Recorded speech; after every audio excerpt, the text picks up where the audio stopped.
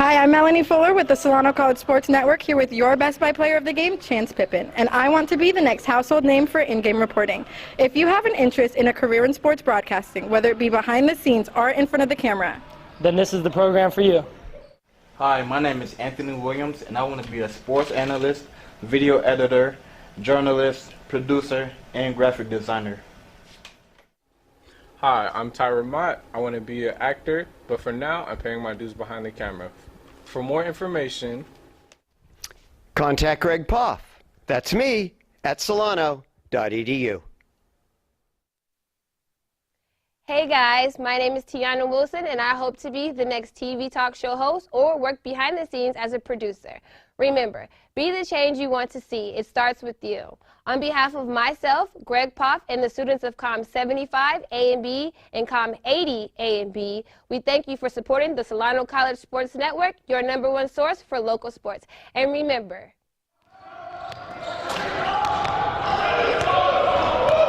it's more than just basketball.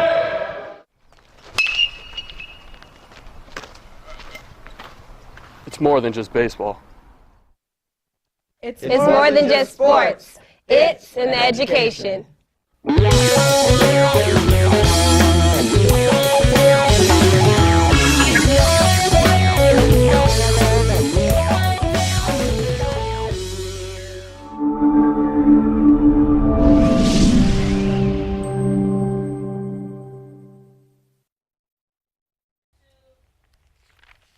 And welcome, folks, back to the Not Mike and Mike Show. My name is Brian Nelson. I am not Mike, and with me, as always, is my ever-so-professional co-host, Michael McLeod. He is Mike, and he's reading 6-month-old Sports Illustrated as we get set. I like to reminisce. Thank you. Yeah, about some KD news. But we're going to wrap up the NFL season and Money Mike's profit predictions from last week as the Super Bowl has come and gone. We have a brand new champion, and it's the same old name, same old face, Tom Brady, Bill Belichick, and the New England Patriots. Yeah, no, it's awful, and I hate it. Hey, I predicted it before the season. We'll get to that in a second. Yeah, I did not. I wanted new blood infused into the championship picture, and what I got was the same old, same old. And I hate it so much, and I can't. After the way the Super Bowl ended and the way they came back from 25 down, like I couldn't even say anything. I'm a Raiders fan. I live and die by the tuck rule game. That's my only reason for existing at this point. I even have to say that Tom Brady's the best quarterback of all time. It's painful to say. I'm sorry for every Niner fan in existence that holds out hope that Joe Montana is the best because he never lost in a Super Bowl. I'm sorry. Personally, as a 49ers fan, I can be as homerific as you can be, but that logically doesn't make sense to me. You go to a certain amount of Super Bowls and you win all of them, but somebody goes to more Super Bowls and loses them. So getting to championship games and losing is better than losing in the Super Bowl? Like, that doesn't make sense to me. It just means he lost in the first and second round more than Tom Brady did. Yeah, exactly. But I think we're getting a little sidetracked. Let's go back to your predictions, Mike. And why wouldn't we want to talk about your predictions? Yeah, finally a good week. A really good money-making week for the Profit. And let's go over some of the results of your picks. And we'll start out with heads or tails. It was tails, Mike. How did you know? They say that the coin's actually weighted a little bit, so the head side is heavier. So all things being equal, it will land on heads, meaning tail side up. 51% of the time. Any thought of the controversy that because wasn't it the strongest flip from old H.W. Bush, and it hit a referee or a player's foot? Collusion. Yeah. It was rigged. H-Dub was paid off. I get it, but it was in your favor, so you'll take it. Bank error in your favor. Collect $15. One thing that did not occur, and so we're gonna just void this from the record book. Yep. No Gatorade shower this year. Yeah, unfortunate. I guess that's probably what he said at halftime. He's like, listen, when we win this thing, you're not dumping Gatorade on me. I guarantee it. And then they came out and they scored 31 unanswered. Well, he had 35 or 40 minutes worth of talk because a long halftime show. So I'm sure he said that along with many other things as the talkative Bill Belichick. It was probably like, you want to get tacos after the game? After we win the Super Bowl. Yeah. Like down 28-3, like, hey, you want to just get some tacos after this? Because you're buying your Super Bowl MVP now. And oh, God. Yeah, it's just no fun for Mike. Well, since you're in a bad mood, let's go over the ones you got wrong. Yes. Mohamed Sanu. Mohamed Sanu, 4 catches. Well, that's what happens when he only throws 23 times. Like, in a given game, in a real game, he probably gets 4 catches, but they only held the ball for 23 minutes, and Patriots had it for 40. Like, you're just not going to get that many opportunities to get 4 catches. Same amount of targets as the fullback, so that's pretty unfortunate there for Mohamed Sanu. Gronk over or under 3 mentions. Took the over. I did. I smashed the over. I smashed the over button 10 times. So I lost 10 times on that one. Yeah. And then the other one was kind of a controversial. We're not sure whether to give it to you or not. Lady Gaga's song. It was such like a medley. It was hard. It was a really tough thing to score. But, you know, you can check the tape and replay it back. I said it's either going to be Edge of Glory or any other song. And so she starts out with God Bless America. So that's already any other song. So that won. Mm-hmm. And then she's flying down. She's doing the little swan dive or whatever. And Poker Face is playing, and she gets down and she sings the first line of the chorus of Edge of Glory. And I was like, I got it. I won. I'm the greatest. And then she starts singing Poker Face because I forgot that there is never going to be an opportunity that is turned down to pander to an audience. And the first line of Poker Face is that she wants to hold them like they do in Texas. And had I remembered that, I would have taken Poker Face every day of the week. But old McFoley rule. You got to go with the cheap pop to the home audience there in Texas. Especially with Lady Gaga. Yeah. Right? She needs to get over like right away. So throw in Texas right with the first line. I'm taking God Bless America, any other song, 11 to 10 odds. Technically won that one. Yeah, so that one's the kind of controversial pick. The ones that are clear-cut are the 3 straight scores. Yeah. Both sides actually scored 3 straight times. So you got that multiple different ways. Mm-hmm. Total yards on touchdowns over under 100.5. That interception return for 82 yards pretty much sealed that one for Money Mike over here. The flea flicker, not quite. No flea flicker. Didn't happen. But there were trick plays, which we had talked about in the episode previous. I said it was going to happen. I said with Mohamed Sanu, so you were the greatness that decided that Julian Edelman was going to try a trick pass to somebody else on the field. And although it didn't work, it happened. There was also the direct snap on the first 2-point conversion, which, you know, Tom Brady oversold that one, but it's fine because they're championships winners now. Speaking of things I got right, it wasn't on here, but I think we talked about the first player to score in the game as well. It was something we discussed, but there was too many options. I didn't want to take it. And I chose Devontae Freeman. Yeah, you did. And I was so happy when I was watching the Super Bowl that Devontae Freeman scored first. So maybe I should be in your seat next time. Please, I'm tired of talking. Well, just spitballing here. What would my name be for a prediction segment? I don't know. No. I got nothing. Stay tuned, folks, while we come up with a name for me. All right, last one, the kind of cross-sport promotional one. Westbrook scored more points than the Patriots. 42. The Moolah Messiah. I hate it. I hate it so much. No, just no. Westbrook 42, Patriots 34. So that ends a really strong week for Money Mike McLeod. So let's kind of talk about the end of the season as a whole. We made a lot of predictions coming into the season, and our awards were absolutely awful, dreadful. The only one we got right was you and your homer pick of Khalil Mack being Defensive Player of the Year. So what do you have to say to your guy Khalil Mack? Thank you for being better than Von Miller, because that's who you had for Defensive Player of the Year. That is who I had for. And I hate you, Trevor Siemian, because if you were better, maybe Von Miller could get the recognition that he deserves. But, you know. You can't do it third in the division. Yeah, you can't. That's why Russell Westbrook won't win the MVP this year. I'm on a limb there. Yikes. All right. All right, so the other things we got wrong, Offensive Player of the Year and MVP, we picked Aaron Rodgers. Of course, went to Matt Ryan. Comeback Player of the Year, I'm not sure who actually won, but I know it wasn't Andrew Luck. It was not. Because I don't even think there wasn't a Comeback Player of the Year. just everybody Everybody who was came back was lackluster. just terrible. Also, Coach of the Year was not Bruce Arians. It was Jason Garrett.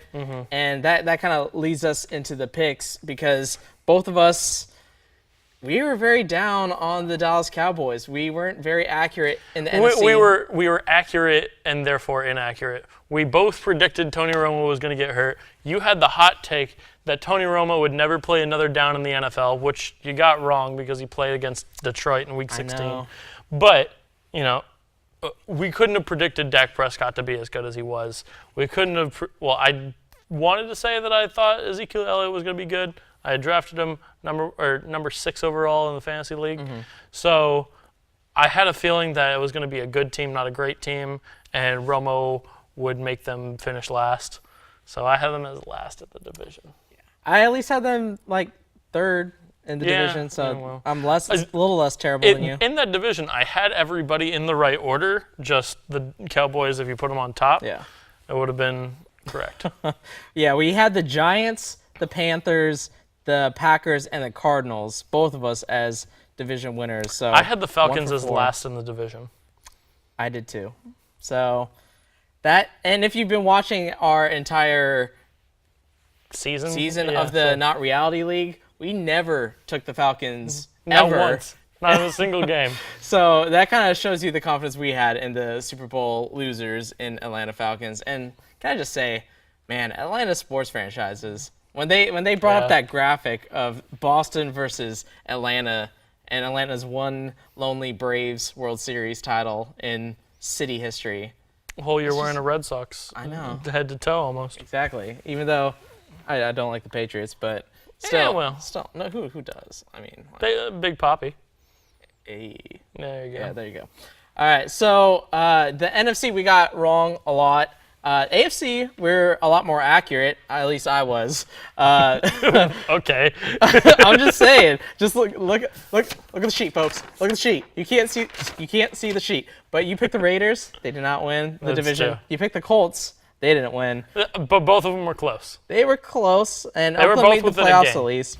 And then you picked Pittsburgh and New England, as did I. I picked Kansas City and Houston to win, and You got them all right, just There not in you the go. right order. Yeah, so I also got the Patriots correct as my Super Bowl winners, although I had them beating the Packers instead. You know what neither of us had? Miami making the playoffs.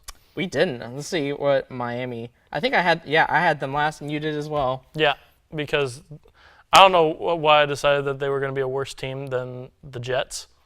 Because, in hindsight, I was like, yeah, that should have been a no-brainer. You're just confused by the Fitz magic. He was coming back. He was gonna. They had 10 wins the previous season. Straight up trade Colin Kaepernick for Ryan Fitzpatrick. Nope. Who says no? Nope. You do? Okay. Yes. Heck no. Why? I mean, like, better than what you got, right? they're both on 1-year deals. Why would you trade for either? You could Hypothetically, say, in a vacuum. Oh man. I guess. Sure. Why not? Okay. I mean, like, while you're struggling, you might as well be awful for a little bit. So might as well throw 7 interceptions. yeah. in the game. So have Fitzpatrick, who's a serviceable NFL quarterback in terms of like, he's like 28 to 32nd best quarterback in the league. There you go. Like He's probably behind some backups though. Is he? I'd take Matt McLeod over him. Okay, that's true. Yeah, I'd take Tony Romo over him technically. I would too. Yeah. But yeah, speaking of the Niners, watching the Super Bowl through the Niners lens of Kyle Shanahan coming to the Niners, it's going to be interesting. He's getting so much of the praise for that offense. It's funny because I watched it happen and I was like, this is Chip Kelly in reverse.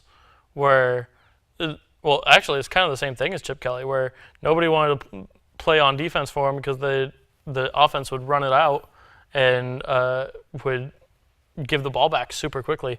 They only had 23 minutes of possession. They're up at 8.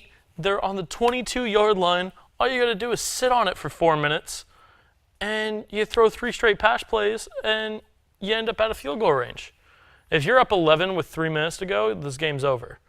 And we're talking about a much different Kyle Shanahan, and Matt Ryan is Super Bowl MVP all of a sudden, even though he's only, thrown for 150 yards or whatever.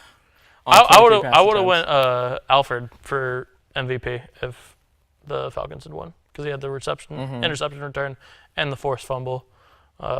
Played great defense all game. Yeah. But unfortunately for the Falcons, that defense just got worn out in that game. Yeah. Like you said earlier, over 40 minutes because of overtime possession on offense for the Patriots versus only 23 for the Atlanta Falcons. And that's just not winning football. You're asking way too much of a young athletic defense, but going up against Tom Brady. Man, and can I just mention, just peek behind the curtain, I had a long weekend. I slept through the Super Bowl. Right. And so I was watching it on delay, but of course I got to talk to my co-host here, get his thoughts and insights about the game. And you're like, nah, it's not worth watching. It's kind of a snooze. I did not say that, for the record. I said, good luck, it's a bit of a snooze fest, because I knew you must have been right around halftime at that point, and it was 28-3, and I was like, let's have a good laugh at Brian's expense. Sorry, not Mike's expense. Yes. And so I'm like, yeah, there's a couple good plays. As I'm typing the message, hey, don't skip through, though, because there are some good moments that you shouldn't miss, including a catch from Julio Jones and a catch from Julian Edelman. As I'm typing that out, he goes, God damn it, I couldn't help myself. I skipped ahead and saw the final. Yeah. I blame you. You blame me? I blame you. You undersold it, so I almost straight up deleted it. He sends me a text and says, I'm going to go out on a limb and say the Patriots don't come back. And I didn't want to say yes or no, so I just put, haha. Yeah. Because it was a funny joke. I know. Maybe I shouldn't predict things, because if that prediction is any indication, I'd be just as terrible as you are. The Mullah Messiah. Yeah. So when we come back, folks, next week, maybe the Mullah Messiah will come make an appearance. But we're sticking. I'm making it a hashtag. We're going to cut this episode a little short as we're running out on time. Unfortunately, we didn't get to our results of the Not Reality League next week. We should get to it next week. So check it out next week. And we're going to kind of reset things as football is over. We're going to talk baseball, pitchers, and catchers and pitchers and hitters. That's the whole team. I don't know. Pitchers and catchers report next week. What he said. So we should be talking baseball. Shift focus over to basketball. It should be a lot of fun. So join us next week right here on the Not Mike and Mike Show. Pitchers and hitters reporting.